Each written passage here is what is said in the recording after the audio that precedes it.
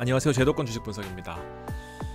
2024년이 얼마 남지 않았습니다. 제가 그동안 연금과 ISA에 대해서는 정말 많은 상품들을 소개시켜 드렸었는데 정작 IRP를 많이 안 해서 그런지 여러분들이 IRP 상품을 추천해달라는 글이 많았습니다. 그래서 제가 오늘 간단하게 딱 두 가지로 빠르게 요약해서 여러분들한테 정리해서 올리도록 하겠습니다. 자, 그 전에 한 가지만 말씀을 좀 드리면 IRP도 사실 노후를 대비하는 상품 중에서 대표적인 절세 상품입니다.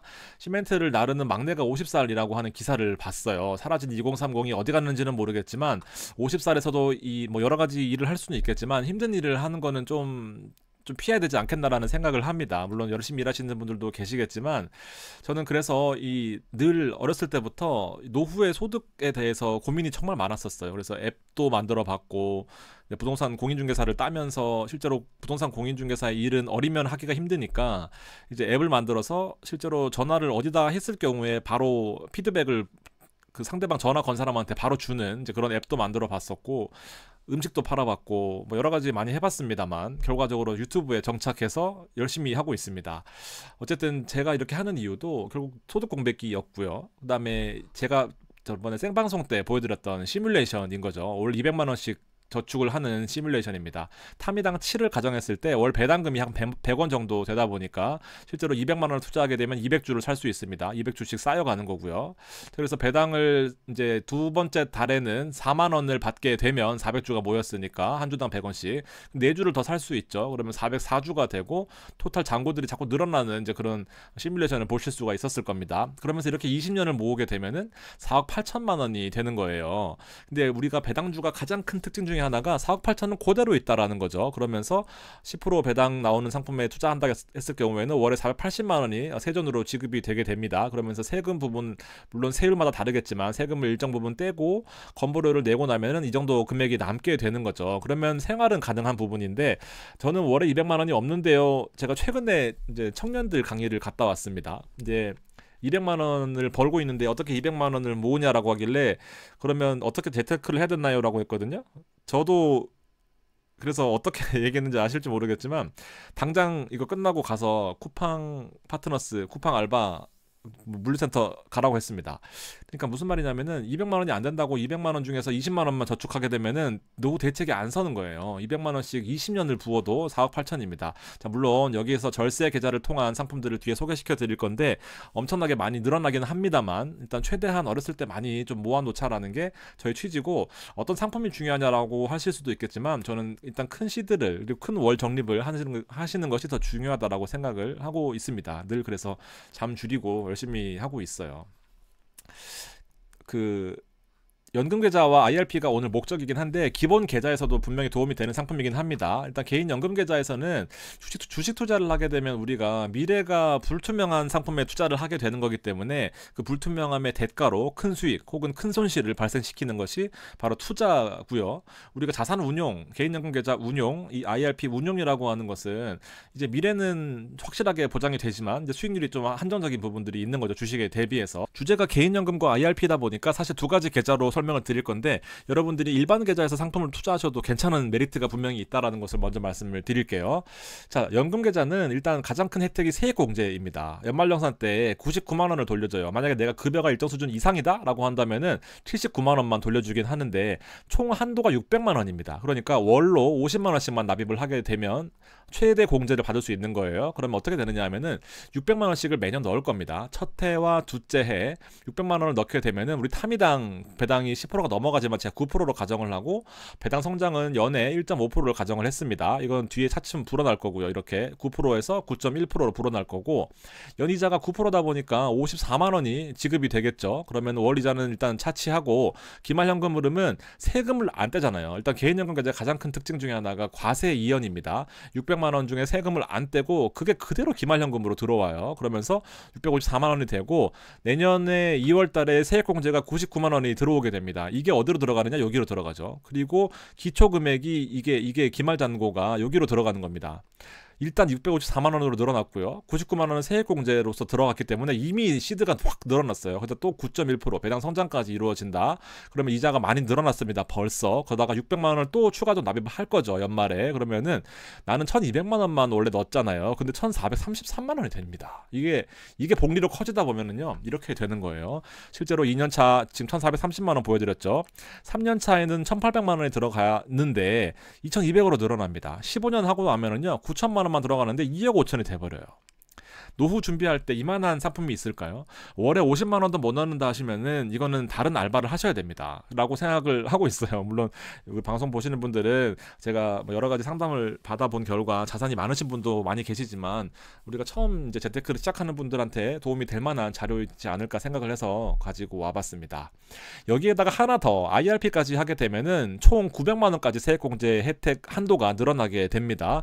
연금에서 600만 원 그리고 IRP는 추가적으로 300만 원까지 더 가능하게 돼요. 그렇게 되면은 급여에 따라서 총 900만 원까지 세액공제 한도에 납입을 하게 되면 148만 5천 원까지 늘어나게 됩니다. 그리고 118만 8천 원까지 늘어나다 보니까 실제로 여기서는 148만 5천 원씩 늘어나는 거예요.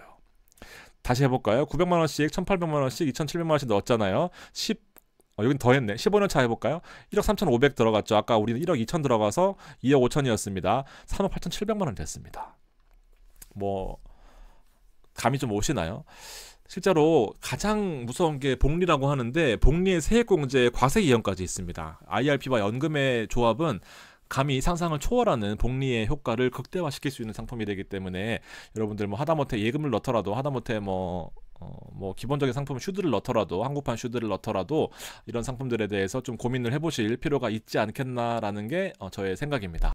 자, 그래서 우리가 참 타미당만 계속 할 수 있으면 좋겠지만 실제로 IRP 퇴직연금에서는 자본시장법에서 어떻게 규정하고 있냐면은 타미당 100% 불가야 라고 하고 있습니다. 무슨 말이냐, 주식에 100% 하지 말고 30%는 무조건 안전자산에 넣어라 라는 것이 퇴직연금의 가장 큰 차이점입니다. 개인연금하고요.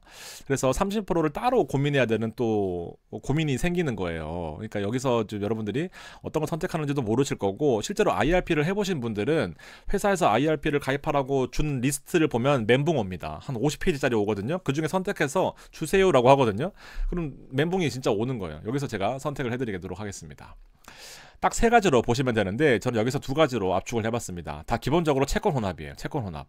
채권 혼합이 왜 들어갔냐면은 안전자산의 요건을 충족을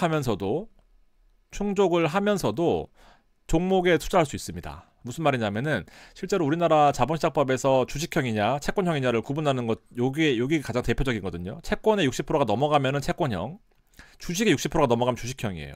반대로 비중은 상대적으로 나누어질 거고요. 그래서 채권의 60%를 무조건 넣으면은 여기에 들어갈 수 있는 겁니다. 그래서 울며 겨자 먹기로 채권형이 들어가는데 나쁘지가 않아요, 성과가. 왜냐하면 자동적으로 커버드 콜이 되는 겁니다. 강한 놈들, 그리고 약한 애들, 그리고 방어적인 애들, 방어 섞여 있는 거예요.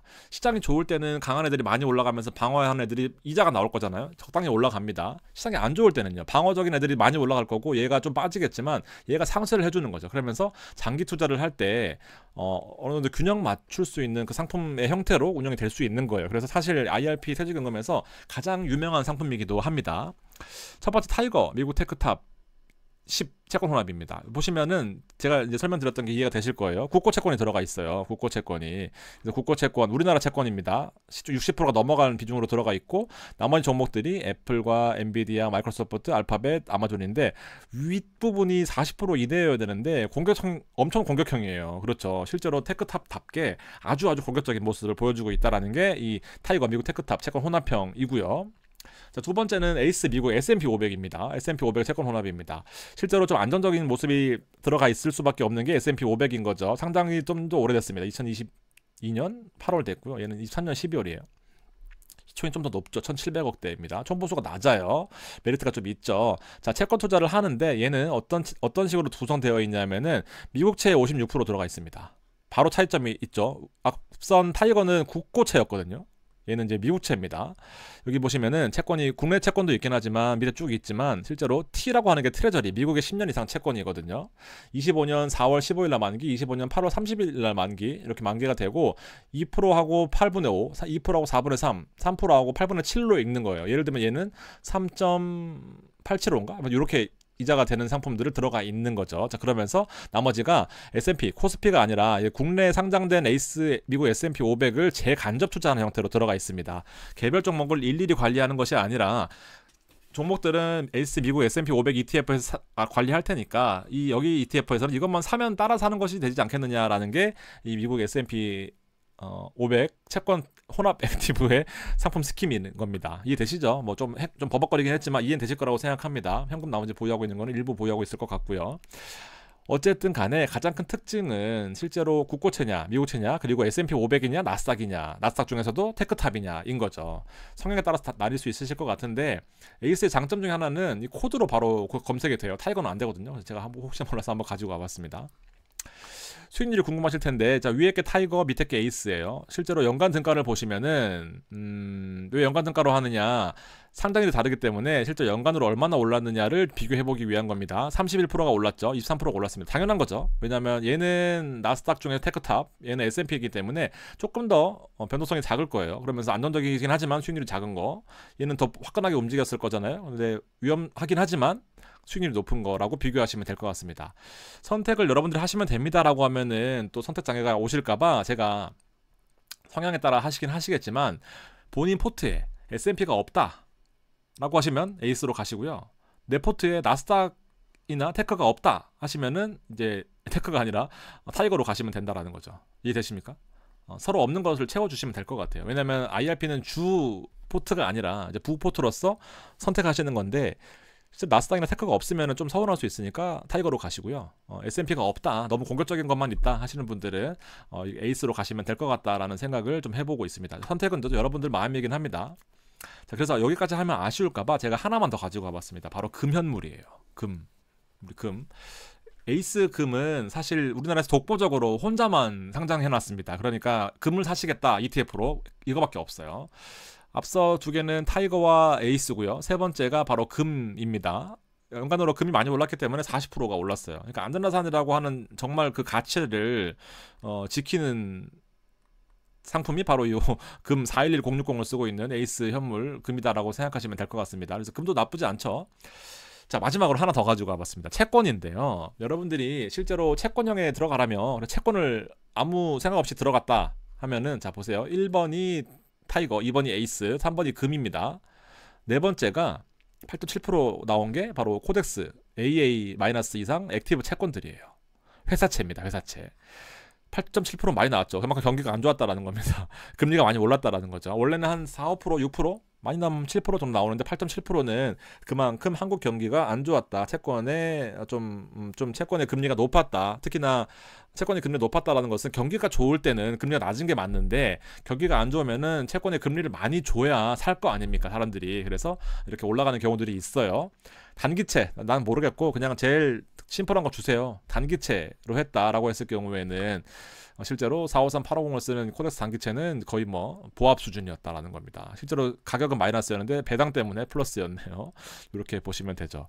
이해가 되십니까? 여러분들 어떤 측면에서 선택하시든지 자유인데 회사 다녀보신 분들 아시겠지만 IRP를 선택하라고 회사에서 와요. 그러면은 받아보면 멘붕이에요. 50페이지 넘는 자료를 줍니다. 선택하세요라고 줘요. 이런 단어들이 써 있어요. 그러면은 이거 진짜 뭐 어쩌라는 거야 라고 하거든요. 이렇게 여러분들이 나 이거 들었어 하시면서 선택할 수 있는 기회가 한 번쯤은 오실 수 있지 않나 라고 생각이 듭니다. 도움이 되셨으면 좋겠고요. 혹시나 또 관심 있으신 종목들 있으시면은 한번 또 문의 주시면 답변 드리도록 하겠습니다. 고맙습니다.